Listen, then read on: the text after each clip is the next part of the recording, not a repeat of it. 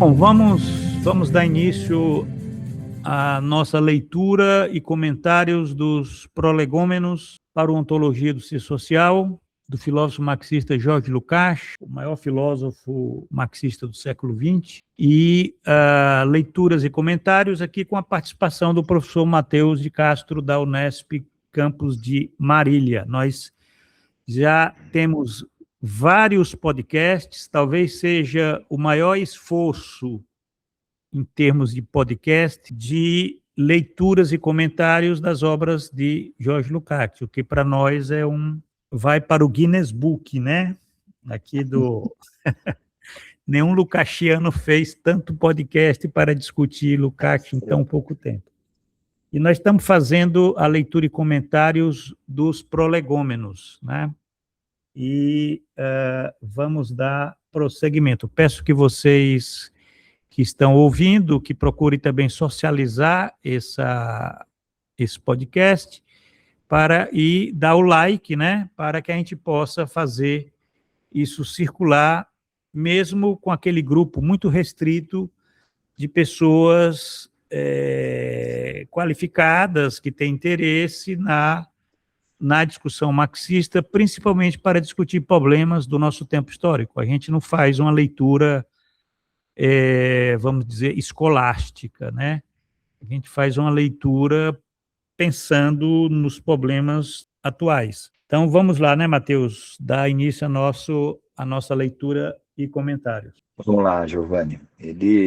Nós estamos aqui, para quem está acompanhando, página 275, aí, na edição do Boitempo, e ele vem tratando aí da produção do conhecimento, enfim, do confronto prático na praxis, né, do sujeito, e aí ele passa pela ideologia, né, passa pela questão da ciência, do conhecimento desantropomorfizante, né, chegou até a ideologia, falando da influência da ideologia, né, do complexo ideológico, enfim, essa produção da cientificidade e do conhecimento humano, da questão do conhecimento prático, e agora nós vamos continuar aí, que ele estava falando também, né, dessa produção de conhecimento, das questões da conexão que essas coisas tinham com a realidade e da possibilidade aí, outras, né, dessa produção de conhecimento, inclusive de coisas que não estavam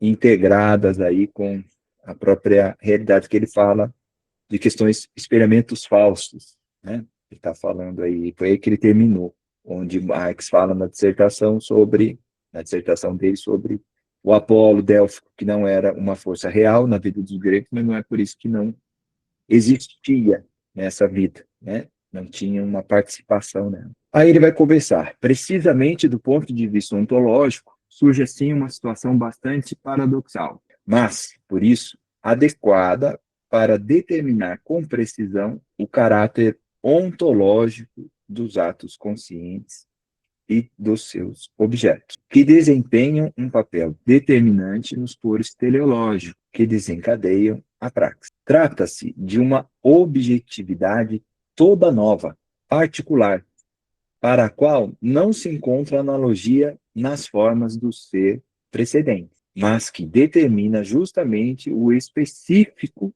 da objetividade. Portanto, abre parênteses, né? Portanto, do ser e de suas categorias, fecha parênteses, no âmbito do ser social. Por isso, não é casual que, quando Marx analisa nas considerações iniciais de sua obra principal a gênese e a essência de uma forma objetiva tão fundamental como a mercadoria, fale logo no começo de uma objetividade espectral. A expressão espectral contém uma crítica irônica ao materialismo vulgar. Isso porque as relações categoriais que Marx expõe na análise das funções reais do sistema de mercadorias impõem-se, de um lado, com uma irresistibilidade semelhante à das leis naturais. De outro lado, se consideradas na sua imediaticidade, parecem ser apenas abstrações do pensamento. Parece que categorias como o tempo de trabalho socialmente necessário, em sua contraposição marcante com o trabalho concreto, seriam apenas abstrações intelectuais, que são derivadas pelo pensamento do trabalho concreto imediato. Na verdade, porém, são realidades econômicas, cuja existência imediata, abre parênteses,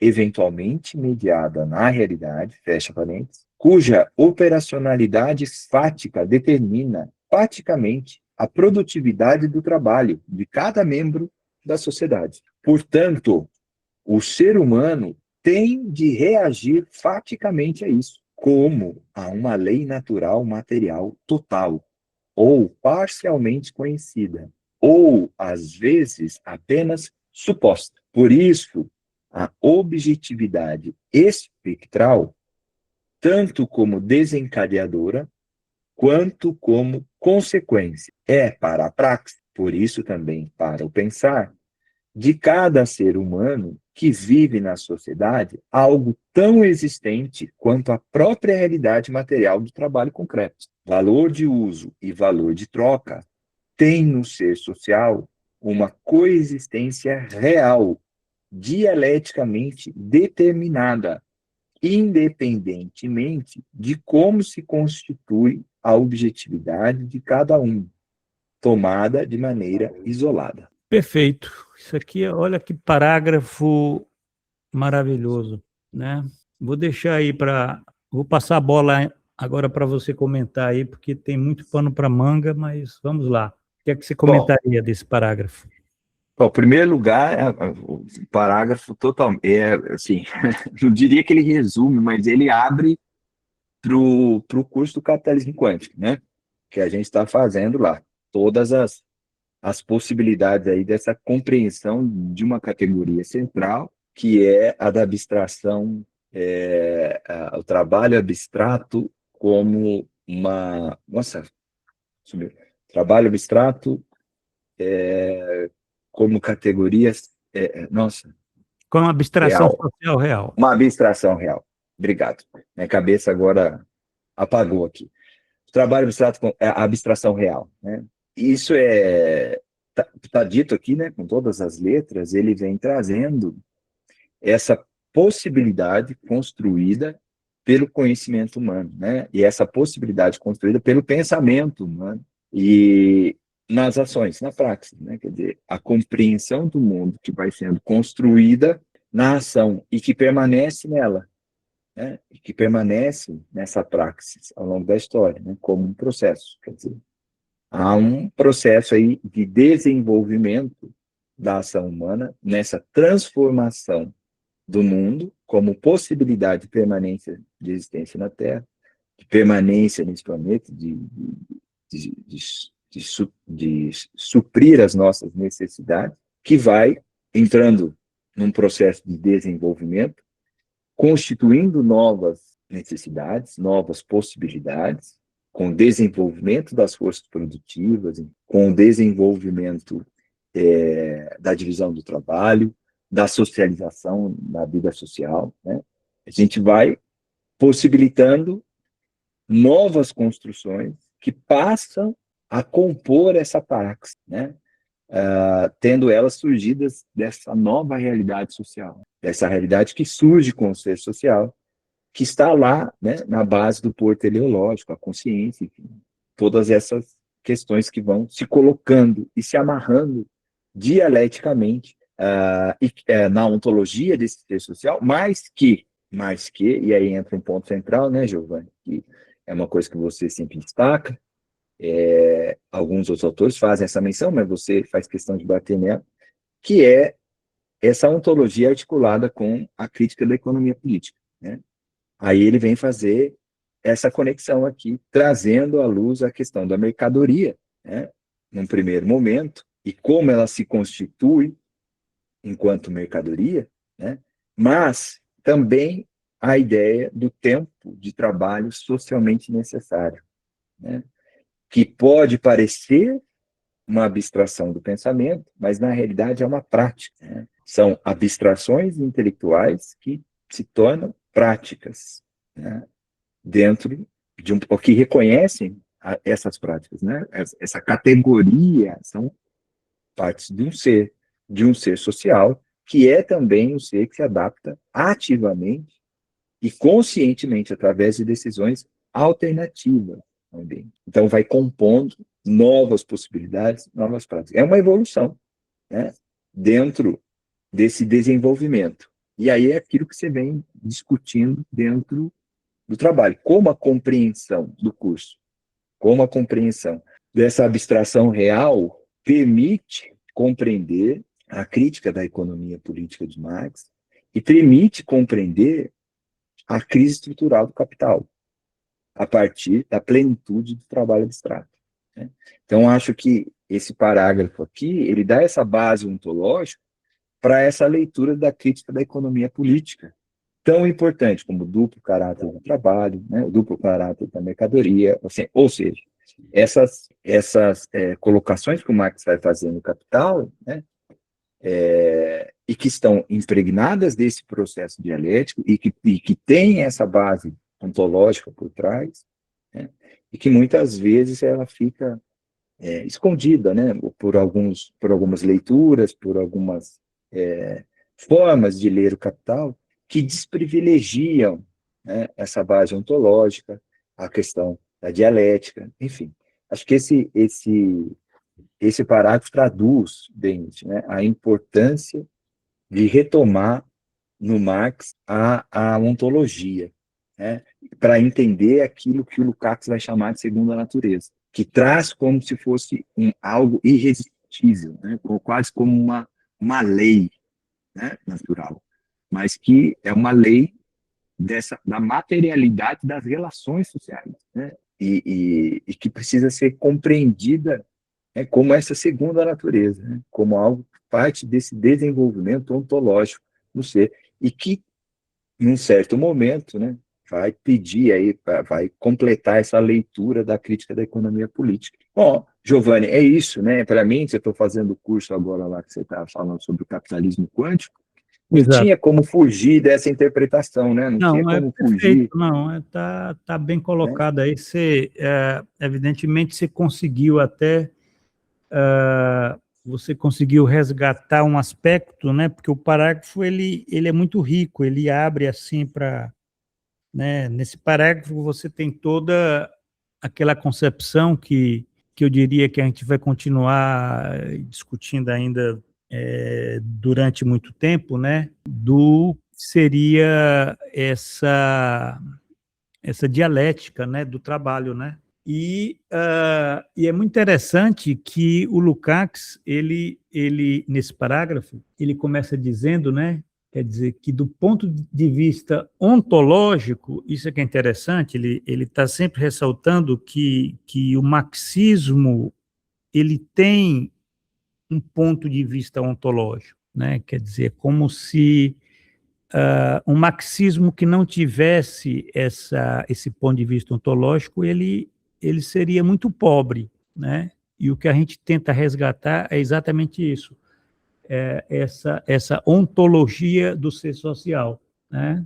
A partir do qual você está lidando com formas de objetividade, né? Toda nova, né? Ele diz aqui, toda nova, objetividade toda nova, objetividade particular, né? No caso do capitalismo, ele fala até, né, essa expressão aqui, objetividade espectral, né, que é a expressão que Marx utiliza, né? Então, se Marx falou objetividade espectral, por que é que eu não posso falar em capitalismo quântico? Mas o fato é que ele está falando assim, objetividade espectral, por quê? Porque é exatamente isso que ele falou lá no começo, né? Do ponto de vista ontológico, surge assim uma situação bastante paradoxal, né? Paradoxal. Por quê? Porque é uma forma de objetividade ah, que ela tem uma irresistibilidade semelhante a uma lei natural, né? Mas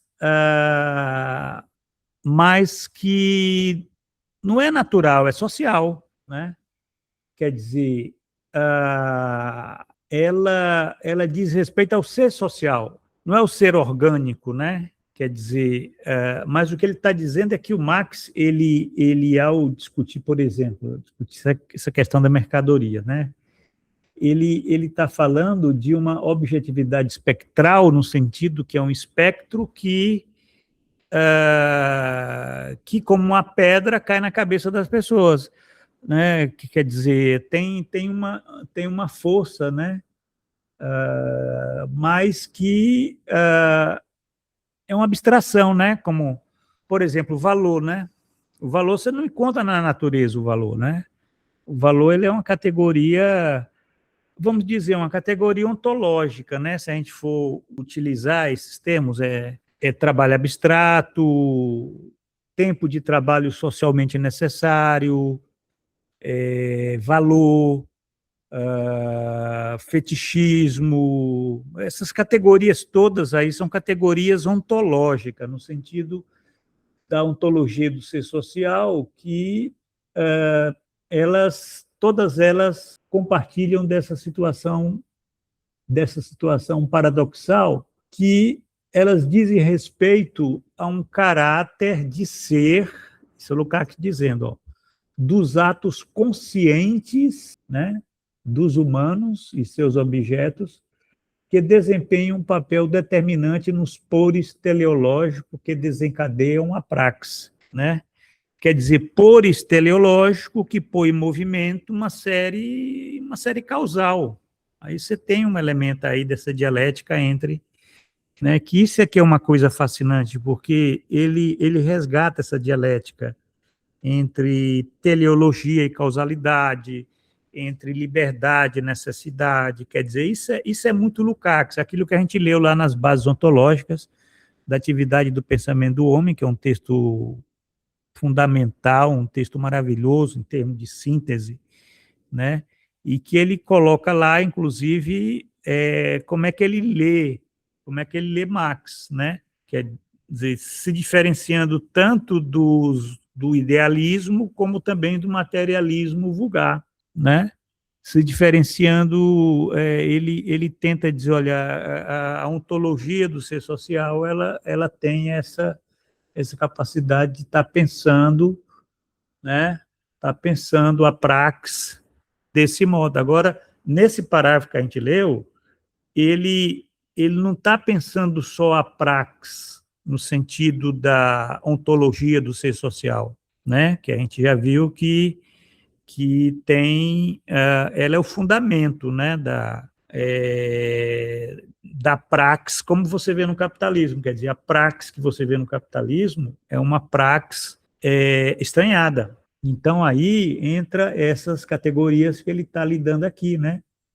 A questão das abstrações sociais reais, né? Que, de um certo modo, é o que Marx mobiliza para entender o capitalismo como sendo, né, constituído, né, no seu metabolismo social, né, o metabolismo social do capital, por objetividades espectrais, né, quer dizer, aquilo que você não encontra na natureza, né, mas que tem uma força do que ele diz aqui, né, dessas características, a expressão que ele utiliza, irresistibilidade, né? Quer dizer, elas operam como se fossem leis naturais, mas não são leis naturais, essa é a questão, né? É uma segunda natureza, mas não é uma natureza.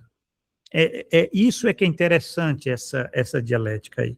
Porque se você falar que é uma natureza, você tá caindo nos termos do fetichismo, né? E, quer dizer, o parágrafo faz com que Lukács ele vá no Capital para fundamentar a concepção que ele tem, que é mais ampla do que o Capital, da ontologia do ser social, né? Quer dizer, de onde é que ele começou? Será que ele começou primeiro da ontologia para depois chegar no Capital? Não. Na verdade, ele, conhecendo o Capital, ele percebeu, inclusive, lá naquela parte que o Marx fala, eles fazem, mas não sabem, né? Ele sacou assim, deu um clique na cabeça e disse, isso aqui tem algo interessante para você pensar a praxis, né? Eles sabem, mas não fazem, quer dizer, aliás, eles não sabem, mas o fazem, né? Eu inverti porque o Zizek ele inverte essa. Mas, enfim, o que é que o Marx diz? Eles não sabem, mas o fazem. Quer dizer, é o que nós vemos na nossa vida cotidiana, né? As pessoas, a todo momento, elas estão reduzindo o trabalho concreto a trabalho abstrato, né? Elas estão lidando com o fetichismo, né, da mercadoria, elas estão lidando com o valor, né? Quando elas compram, né? E nós compramos a todo momento. Nós vivemos numa sociedade que a mercadoria ela está em tudo na nossa vida, né?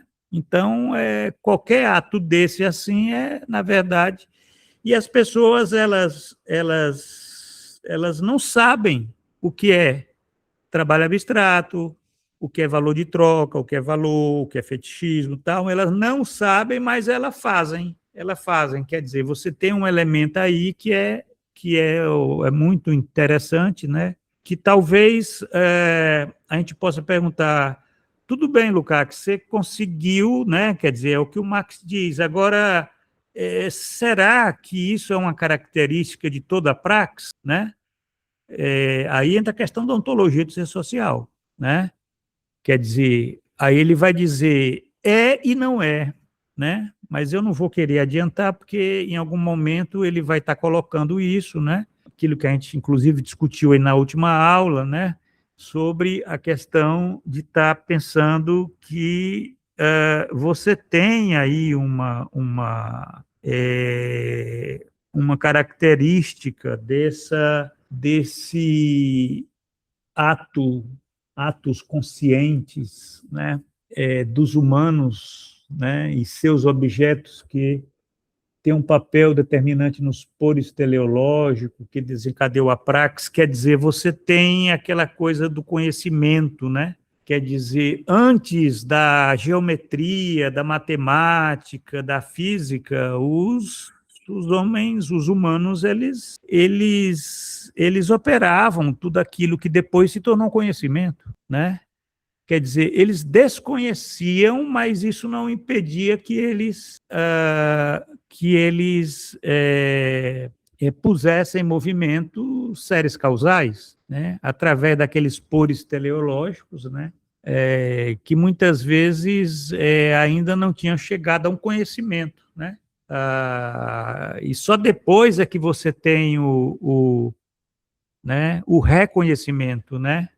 Eles passam a reconhecer na realidade aquilo que eles antes não conheciam, né? Assim acontece não apenas com a crítica da economia política, que é onde o Lukács partiu, né? Mas ele descobre que isso acontece também com as outras áreas do conhecimento, né? Inclusive com a física, a matemática, a geometria, essas áreas que são ligadas aí realmente à praxis cotidiana, né?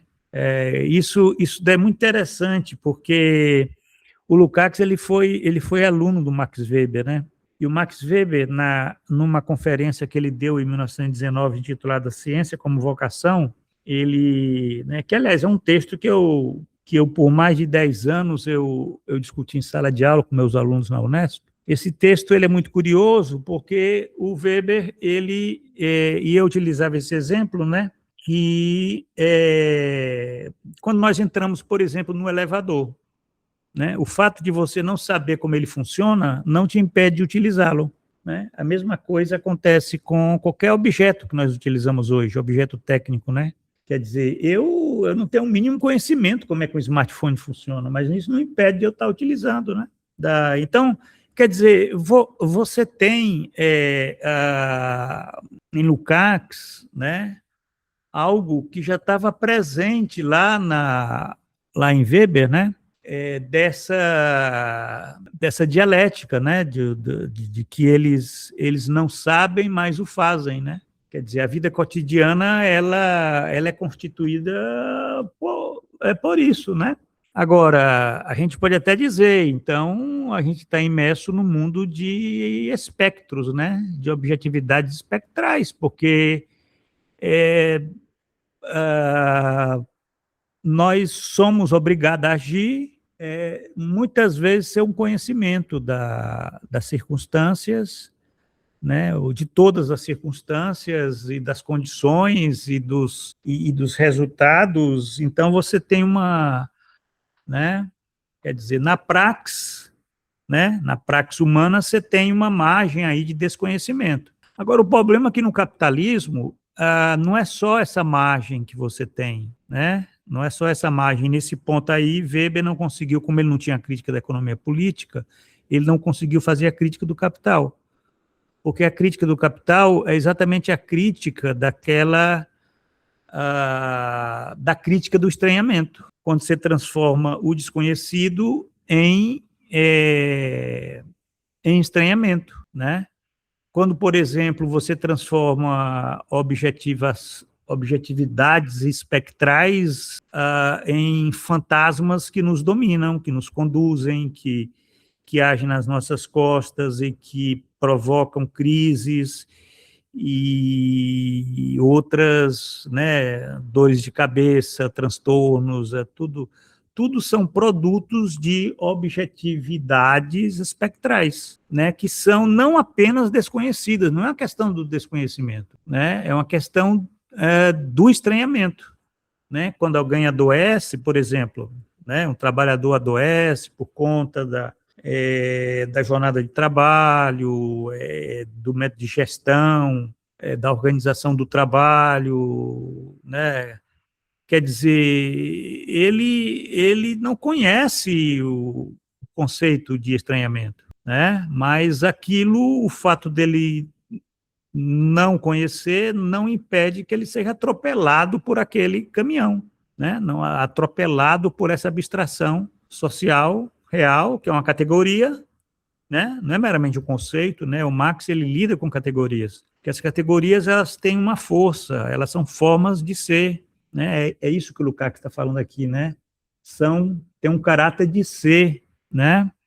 E são determinações da existência, isso é que é interessante, são, né?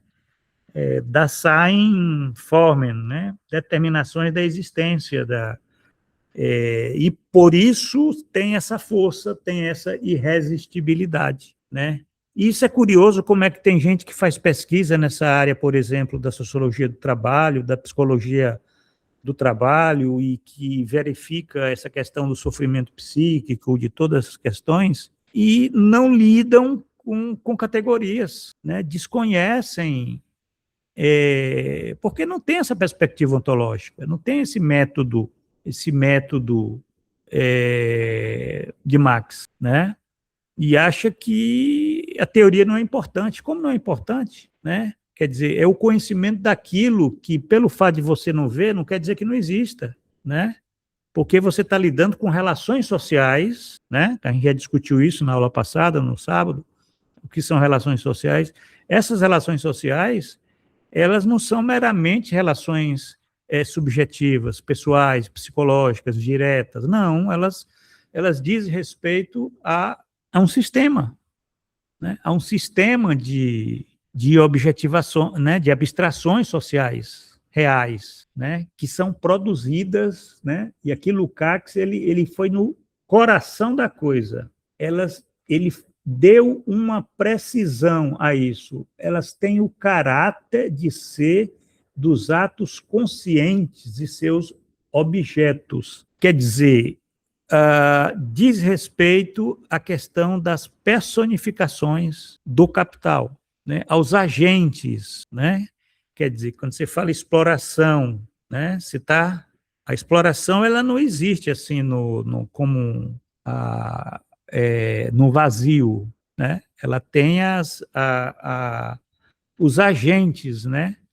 As personificações, o outro termo que ele vai utilizar, as máscaras de caráter, né? Quer dizer, são máscaras, são pessoas que operam. O capitalista, por exemplo, seus agentes, pode ser um supervisor, pode ser, inclusive, um colega. Isso é interessante para pensar que ali você estão operando essas abstrações que têm uma função real do sistema. Desse sistema, quer dizer, o capitalismo é um sistema de abstrações sociais reais estranhadas. Por quê? Porque estranhadas? Porque elas agem às costas dos sujeitos. Os sujeitos, eles não têm, além de não terem conhecimento, né? Porque a questão não é que não tem conhecimento, a questão é que eles não têm conhecimento e não apenas isso age contra eles, né? Como o Marx sempre relata, que se contrapõem ao trabalho vivo, né? Aí tem lá os termos lá de puxa o tapete, se contrapõem, dominam.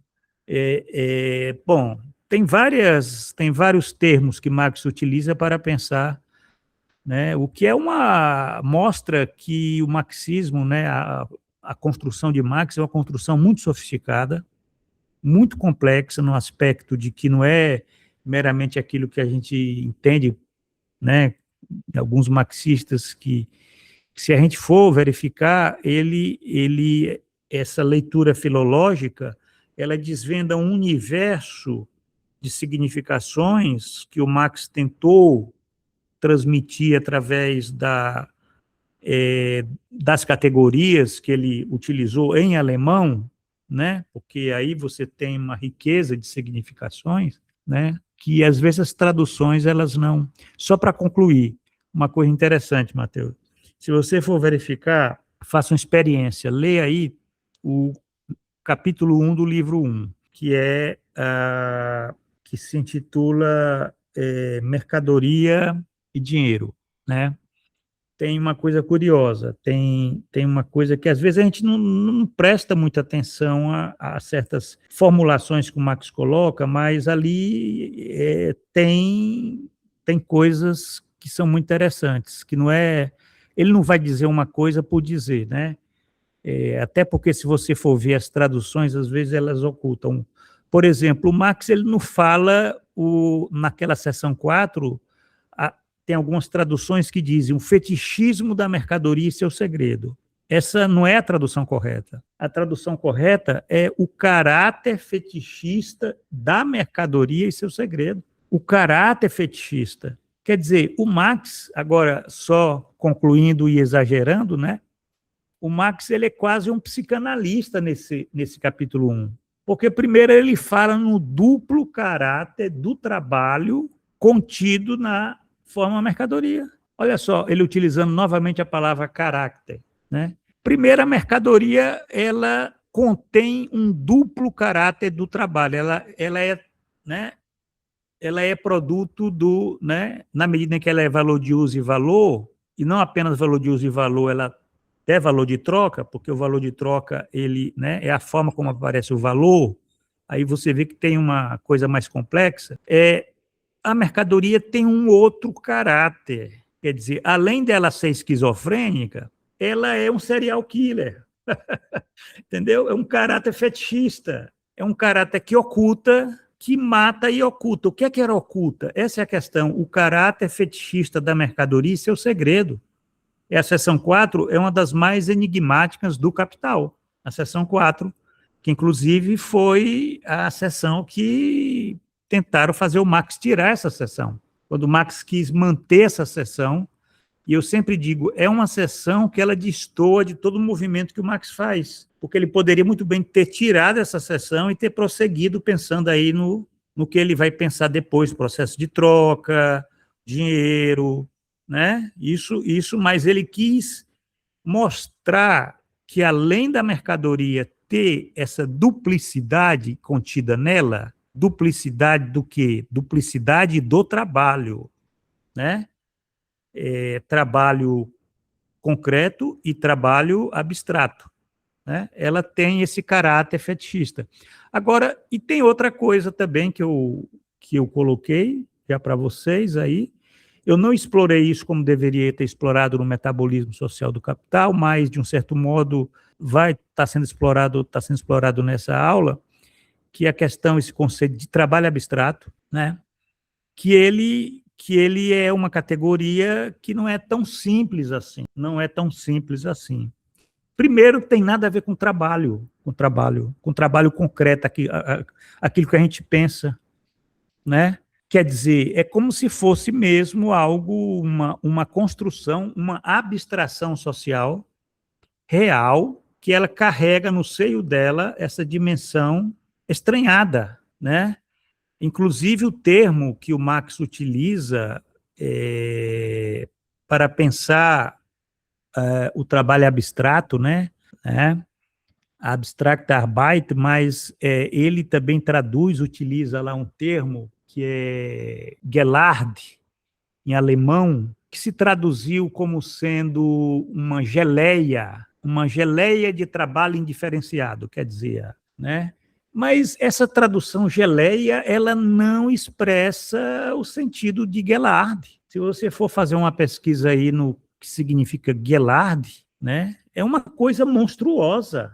Marx estava falando que Gelard é uma coisa monstruosa no sentido de que não tem nada a ver com o trabalho concreto, né? Porque um trabalho concreto é uma coisa mais, eu diria, até inteligível, né? Você pensa, né, no trabalho que a gente vê na vida cotidiana, né? Mas o Gelard, o trabalho abstrato, a forma que ele assume essa forma de, né, que as traduções, elas às vezes perdem o sentido, ele tem um elemento de uma violência, né? Quer dizer, isso se traduz no sentido de uma violência. E aonde é que essa violência ela vai aparecer? Em outra abstração, que é o tempo de trabalho socialmente necessário. O tempo de trabalho socialmente necessário não é meramente um tempo de trabalho, não é um tempo de trabalho, não é um tempo cronológico, né? Não tem nada a ver com tempo cronológico, né? Quer dizer, o Marx está falando de coisas que não diz respeito ao nosso entendimento da vida cotidiana, né? É como se o capitalismo, é por isso que é uma objetividade espectral, porque não tem a ver com a vida cotidiana. É como, por exemplo, capitalismo quântico. Esse quântico, quer dizer, a física quântica, você não entende ela a partir da vida cotidiana. Não tem nada a ver, você tem coisas lá que você não entenderia, como é que aquelas características lá. Então, o tempo de trabalho socialmente necessário, a gente vai discutir isso daí, né, quando for falar na questão da medida do tempo de trabalho socialmente necessário, ele, de um certo modo, de onde é que ele vai explodir, assim, se manifestar como violência?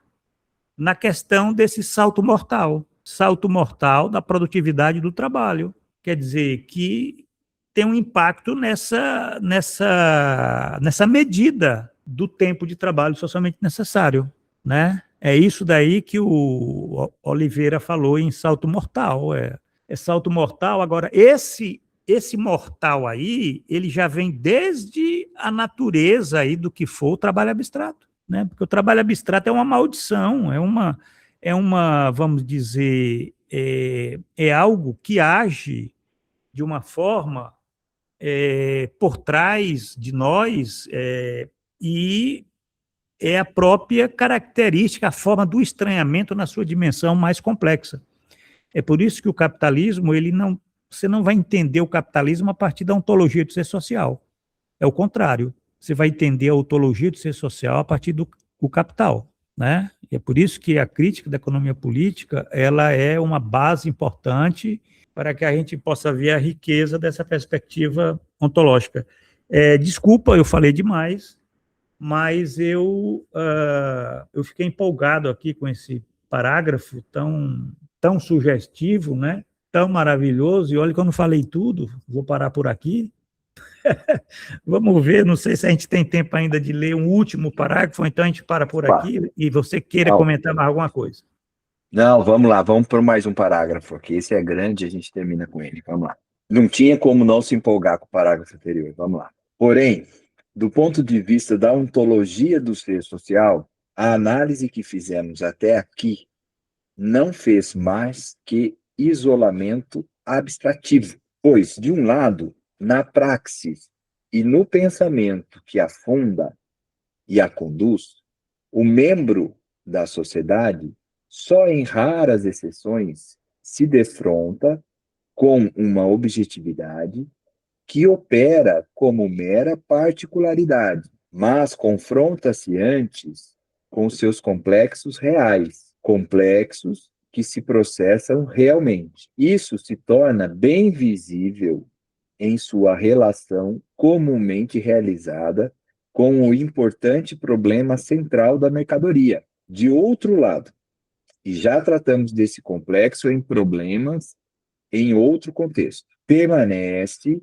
o confronto direto, normal, prática e teoricamente essencial para a vida do membro singular da sociedade, como unidade complexa com a totalidade, agente sobre a conduta de todo ser social, em que, sob pena de perecer, é forçado a viver e agir.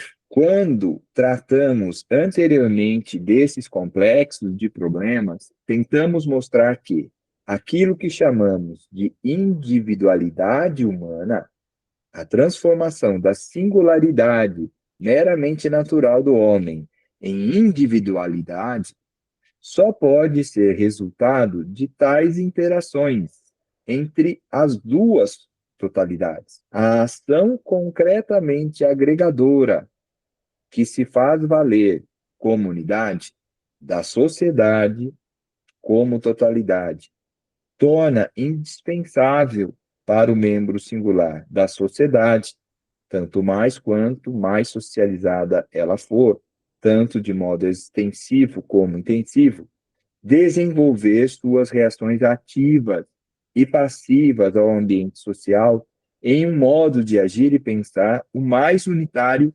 possível, isto é, para tornar-se, sobretudo, individualidade em sua praxis. Isso que, no maior distanciamento intelectual da imediatidade da vida cotidiana, costumamos chamar de concepção de mundo. Possui sua gênese social segundo um desenvolvimento superior dessa tendência, que, numa sociedade medianamente desenvolvida, naturalmente em estágios muito diferentes da visão real, das consequências, da unitariedade, etc., se pode constatar, pelo menos como tendência, no modo de viver de cada membro da sociedade. É mais do que mera espirituosidade, o que se disse do ponto de vista pragmático. Se um inquilino vai pagar seu aluguel ou não, depende da sua visão de mundo. Trata-se, evidentemente, apenas daqueles germes de visão de mundo que brotam na vida cotidiana dos seres humanos, como tentativas de unir as formas de objetividade objetivamente dadas, inevitáveis para o indivíduo, como as próprias e profundas necessidades vitais. Mas a visão de mundo como forma superior da síntese intelectual generalizante se distingue exatamente nisso da mera filosofia escolástica abstrata. Nela, essa relação retroativa com a praxis social dos seres humanos, naturalmente é uma esfera superior de pensamento, volta a atuar como fator operante ativo. Perfeito. Vamos lá, deixa aí. Deixa a bola com você agora, vamos. Ele está resgatando aqui a questão da validade do pensamento na prática, né, ontológica, a necessidade desse critério de análise que volta, né, quer dizer, produz um conhecimento prático, né, e tem essa necessidade, né, de agir, né, e sou impelido à ação, sou colocado diante dela, tenho que resolver esse problema, tenho que resolver aquilo que é colocado, né, nessa relação com o mundo e com a sociedade, né? Quer dizer, aquilo que se dá na minha vida cotidiana, dentro da minha individualidade, que é uma construção, como ele coloca aqui, né? Uma construção que parte da singularidade meramente natural do homem para uma individualidade, quer dizer, já é uma complexificação da singularidade humana, que precisa ter um modo de responder de forma unitária possível, que ele vai chamar lá atrás, né, Giovanni, de personalidade, né, de pessoalidade, né, que fala dessa individualidade da praxis, essa concepção de ter a possibilidade de responder ao mundo na sua individualidade, se conectando à questão do gênero, né, conectando as necessidades desse gênero, né, que vão também compor a questão do porteleológico. Porteleológico na ação de resposta desse sujeito a esse mundo que se complexifica para além de um metabolismo natural, no metabolismo social, né, e que vai operando transformações dentro desse indivíduo, conforme vai se complexificando essa sociedade, mas também se complexificando as possibilidades de resposta desse indivíduo, né? Com a nova divisão do trabalho, né? Que ele vai falar, o aumento das forças produtivas, a socialidade da vida social, tudo isso vai trazendo novas necessidades, mas também novas possibilidades, né? Dessa relação, dessas duas totalidades que ele vem falando aqui, né? A totalidade do indivíduo, a totalidade da sociedade, né? Então, esse ser social compondo esse processo, como nós estávamos vendo lá em cima, né? De causalidades postas de uma sociedade que vem tornando real, né, nas suas práticas, as suas abstrações, né? Esse é um fator operante ativo, né, desse ser, né? Ele está em constante, é inevitável para o indivíduo, né, com as suas próprias e profundas necessidades vitais, né? Como ele coloca aqui em parágrafo. Acho que é isso, Giovanni. Ele traz essa dimensão aí, né? Interessante. É isso. Da conexão. E a personalidade aparece aqui sem dizer, né? Mas eu me lembro muito bem desse modo unitário possível aqui, né? Que vai aparecendo com o desenvolvimento da individualidade, né? Lá no começo da nossa leitura, aqui do Prolegômenos, quando nós entramos na questão do estranhamento, nós entramos por essa discussão, né? A discussão da personalidade, lá na página 255, né? Onde ele vai falar desse ser humano singular, a divisão. Ele vai falar, denominamos a unidade interna. Olha só, denominamos a unidade interna que aparece dessa maneira, de diversas formas, nas mais diferentes pessoas, de fundamento ontológico daquilo que costumamos designar de personalidade do ser humano. É isso, está aqui. Nossas atuais considerações. Essa, né, quer dizer, ele está ressaltando essa ideia, né, que a totalidade social ela coage, né, os indivíduos, né, quer dizer, os humanos, né. Existe uma totalidade social, né, mesmo que os agentes eles não saibam, né? Mesmo que eles não pensem sequer nessa categoria, né? Mas esse indivíduo singular, né? Ele, sob pena dele perecer e a ruína, ele tem que levar em consideração a sociedade enquanto totalidade, né? Ele é forçado, né? E existe uma questão aí, novamente a questão de é forçado a viver, a agir, tal.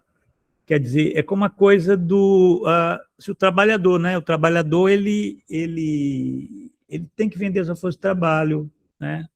O comerciante ele tem que competir, o capitalista ele tem que acumular, o devedor ele precisa pagar, né? A dívida quer dizer, você tem uma totalidade social que existe, independentemente da vontade de cada um desses indivíduos. Aí, novamente, é o tema de que a individualidade, ela nasce, ela surge dessa relação com a totalidade social. Não é o contrário, não é aquela coisa de que a individualidade, isso é uma coisa muito curiosa, né? Porque você tem esse viés na psicologia social, né? Ou na psicologia até, a psicologia social talvez nem tanto, mas mesmo assim ninguém sabe que totalidade social é essa que a psicologia social fala, né? Porque a sociedade pode ser uma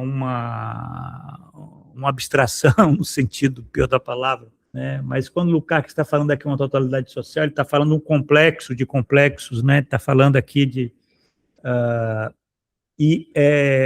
essa individualidade, ela só pode surgir através da relação com a totalidade social, né?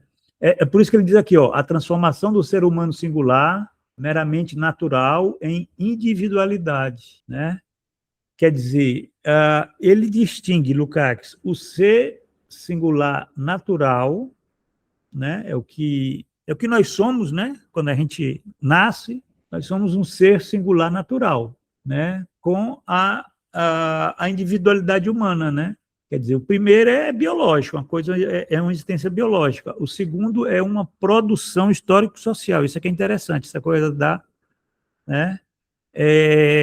O que não é nenhuma novidade, né? Ninguém nasce indivíduo, no sentido pleno, torna-se indivíduo, né? E aí tem a socialização, tal, e quanto mais complexa a sociedade, mais o sujeito precisa organizar as suas respostas ao mundo de forma coerente. Aí você tem uma sociedade que obriga cada pessoa a desenvolver, né? Aí essa expressão aí que você fez referência, o modo de agir e pensar o mais unitário possível. Quer dizer, Lukács ele está pensando assim, o processo civilizatório, né?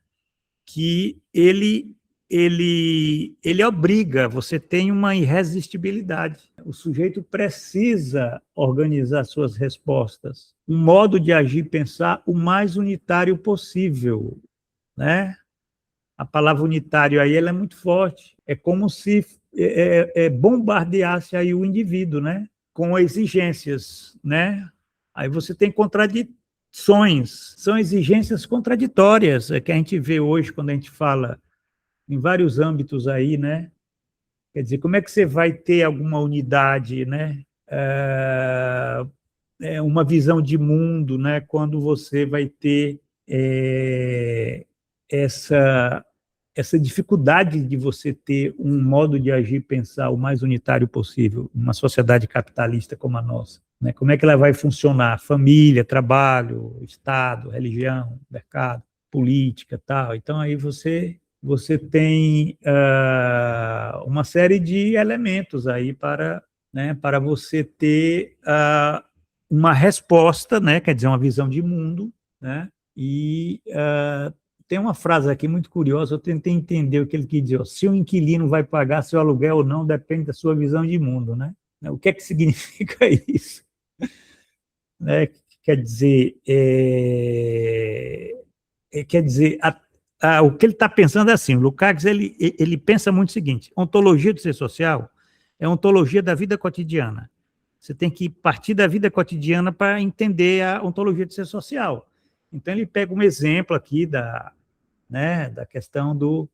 quer dizer, até as decisões mais práticas, né? Até as decisões mais práticas, se eu vou pagar um aluguel ou não, depende de uma interpretação do mundo, né? Quer dizer, não é só se você vai se endividar, se vai casar, se vai participar de uma greve, quer dizer, você tem uma série de avaliações que, de um certo modo, né, vai estar mobilizando uma visão de mundo, né?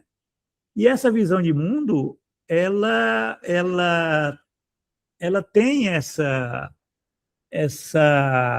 esse paradoxo, né, esse desafio, né, de você ter isso que ele falou aqui, né, uma unitariedade, né, um modo de agir e pensar que seja o mais unitário possível, né? Porque você não pode tomar uma decisão A e tomar uma decisão B, uma decisão C, onde elas têm que ter minimamente uma conexão, né? Uma unitariedade, tem que ter uma visão de mundo, né? Enfim.